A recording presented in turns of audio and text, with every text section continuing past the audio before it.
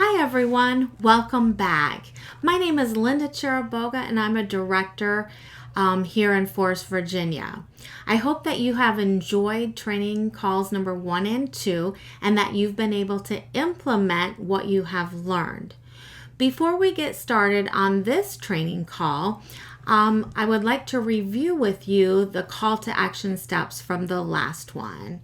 First, are you keeping track of your contacts? This is very important so that you know when to follow up with someone if they weren't able to book a show, let's say. Second, have you implemented what you learned for having a super virtual party?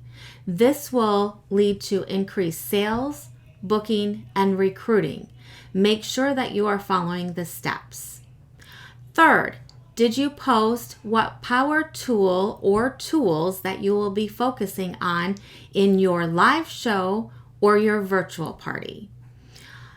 Again, by doing so, this will encourage people to either buy it outright or second, want to host a party so that they can get it for 50% off. And lastly, did you listen to Julie Ritter's training call and write down 3 takeaways that you got from it? Today we're going to talk about bookings, and we are going to be talking about different places to get bookings, new leads, and new business. I'm going to suggest to you a different task for each day of the week. I'm going to be doing Monday through Friday. However, it can just be any 5 consecutive days. So let's talk about Monday. On Monday, I want you to think about fundraisers. And you can reach them by letter or by email. Think about organizations that you can reach out to that could use a fundraiser, such as church groups, schools, band, athletic departments, Relay for Life, your favorite organization to raise money for, and perhaps a daycare. Even though this is summertime right now, it's fine because these organizations, especially athletic teams, are looking for ways to fundraise for their sport or for their organization. They like to get them in their calendar and on their books and ready to go. Now let's talk about Tuesday. On Tuesday, I want you to go through your guest receipts and make your customer care calls. We frequently call these out-of-the-box questions. Have they gotten their product out of the box? Do they have any questions on their product? What is their favorite thing to do with their product or their favorite recipe to make with that product? Make sure that you offer to them upcoming host bonuses as well as promotions for the business opportunity. Remember, it's cheaper to keep a customer than to get a new one. So make sure you're taking care of your current customers and that they know where to reach you. One great thing that I have learned in the past is have them put you in their phone as Pampered Chef blank. And you can tell them, you may not remember my name, but you will remember Pampered Chef. And this way, they will know how to reach you at any time for recipe ideas or if they have a question or a problem with a product. On Wednesday, I want you to call your past hosts and check and see how they like their products. See if they have any questions or concerns and ask them if they need any recipes. You could also say something like this to them. You were such a great host, Susie, that I thought it would be fun to get together again and do another show. I would love to bless you with some free and discounted products. And then share the upcoming promotions with them, of course, with their permission. On Thursday, I want you to call the Chamber of Commerce and find out about fairs in your area. Find a fair that is inexpensive to set up a booth. This is a great place to get leads for future business, including future bookings and recruiting. Once you have picked a fair, tell your director, and we can help get you training on how to have a successful booth. On Friday, I want you to call your running list of potential hosts, your friends, family, and acquaintances, and ask them to host a show. Make sure you answer their unspoken question of what's in it for them. Perhaps you could help them solve a kitchen dilemma like, I just don't have time to get dinner on my table for supper time. Once you have determined what their concern is, like this, you could respond with something like, for this dilemma, I absolutely love my quick cooker. And by hosting a show, you can get it at 50% off, and it will help you too get dinner on your table very quickly. This is all about relationships.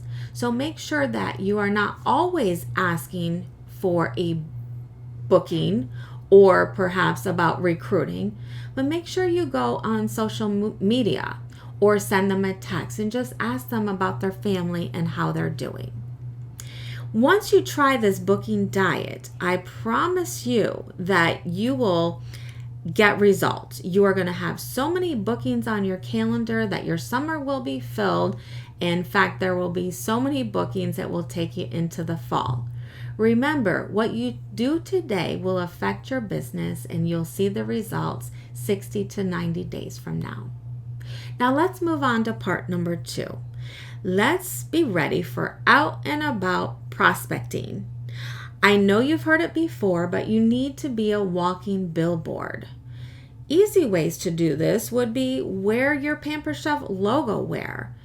My director always suggests wearing a name badge, just like if you were going into your office, you would have your name badge on when you were taking your lunch break or whatever.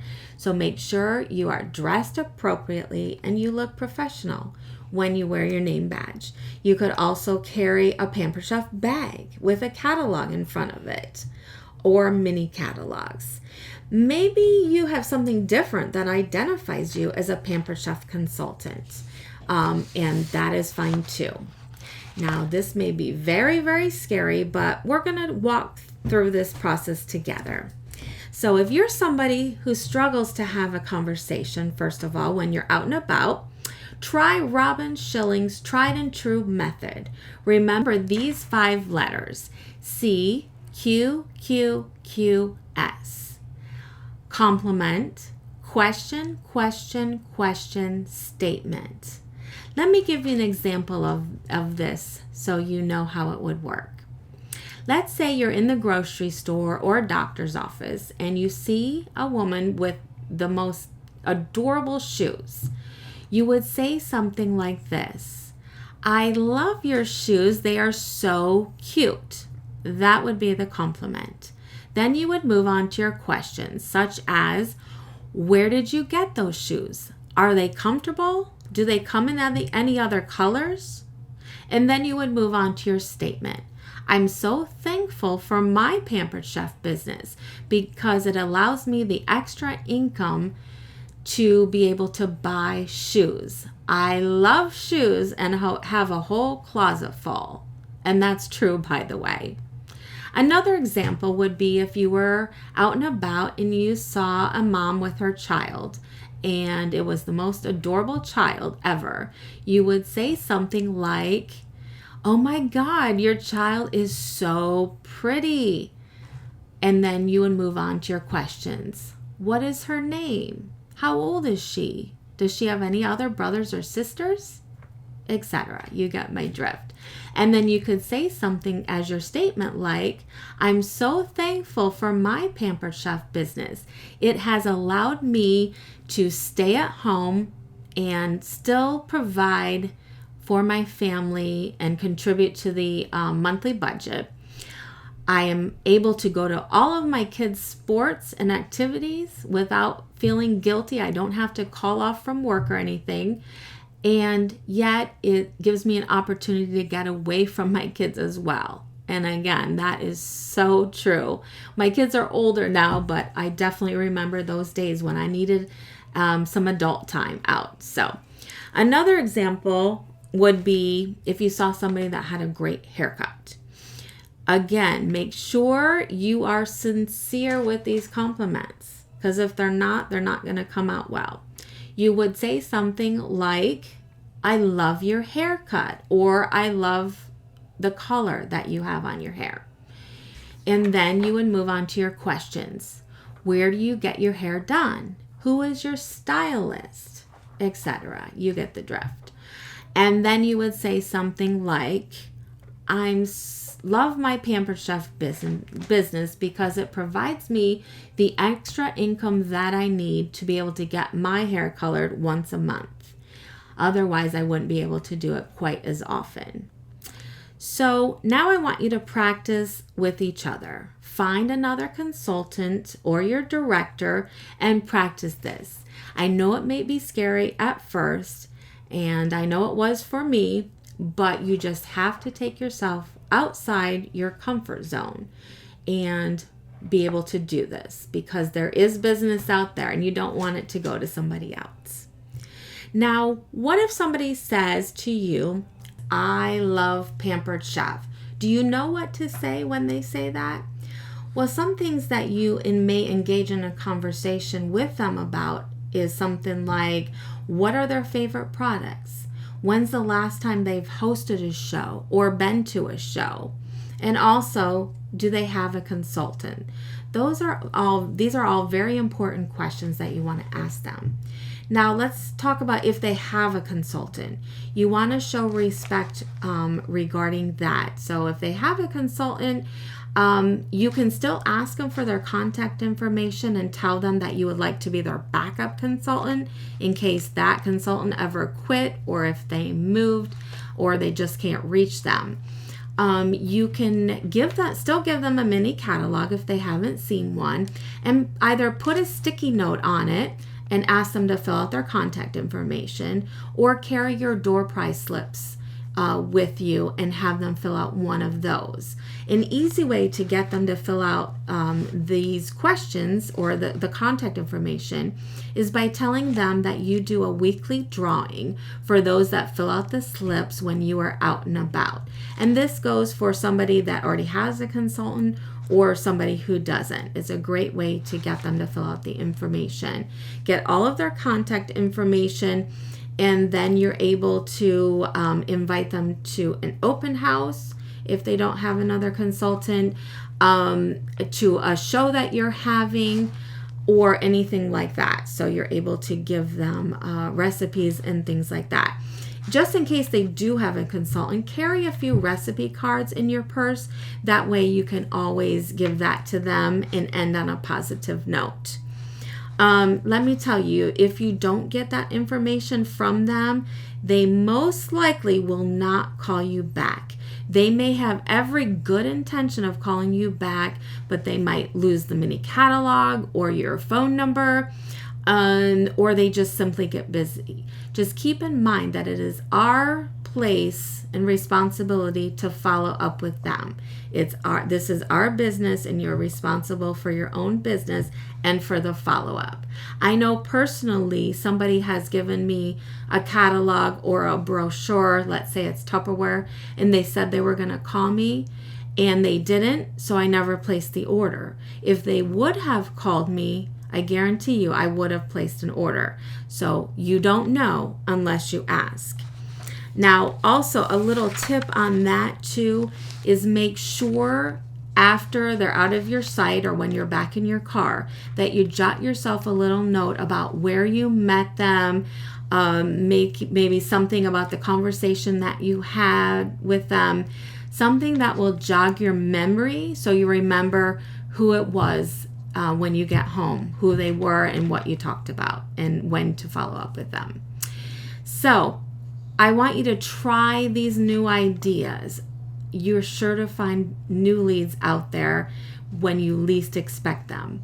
I know personally I have gotten leads from the grocery store. In fact, I have a show coming up with a former consultant whom I met at the grocery store, and the conversation started because I had our polka dot shopping bags. My pharmacist, she booked a virtual party. She already has over $200 in sales and the party hasn't officially started yet. And other places, doctor's office, dentist, etc. So businesses out there, it's up to you to find it. Now, if you're not comfortable at first doing these things, that's okay, and that's to be expected, because that means you're growing out of your comfort zone. And this is super important, because if we continue doing what we have done in the past, we will get the same results. But if we try new things, we're going to get new results. Okay? So let's talk about our call to action steps for this week. Keep tracking your contacts and writing down what was discussed.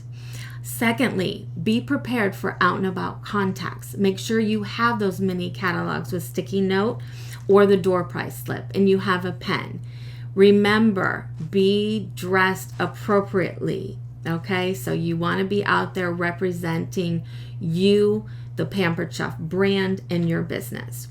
Third, start this booking diet and track your results for 5 days. Remember, it doesn't have to be Monday through Friday. And lastly, listen to Leslie Caperton's Coffee Talk and be prepared to tell us what the first thing that you put into action. And you will find this on the Facebook group page. So put into practice what you have learned throughout this training. We believe in you, and we can't wait to hear your results. And keep booking until your calendar is overflowing and leading you right into the fall. Thanks, and I hope you have a great, blessed day.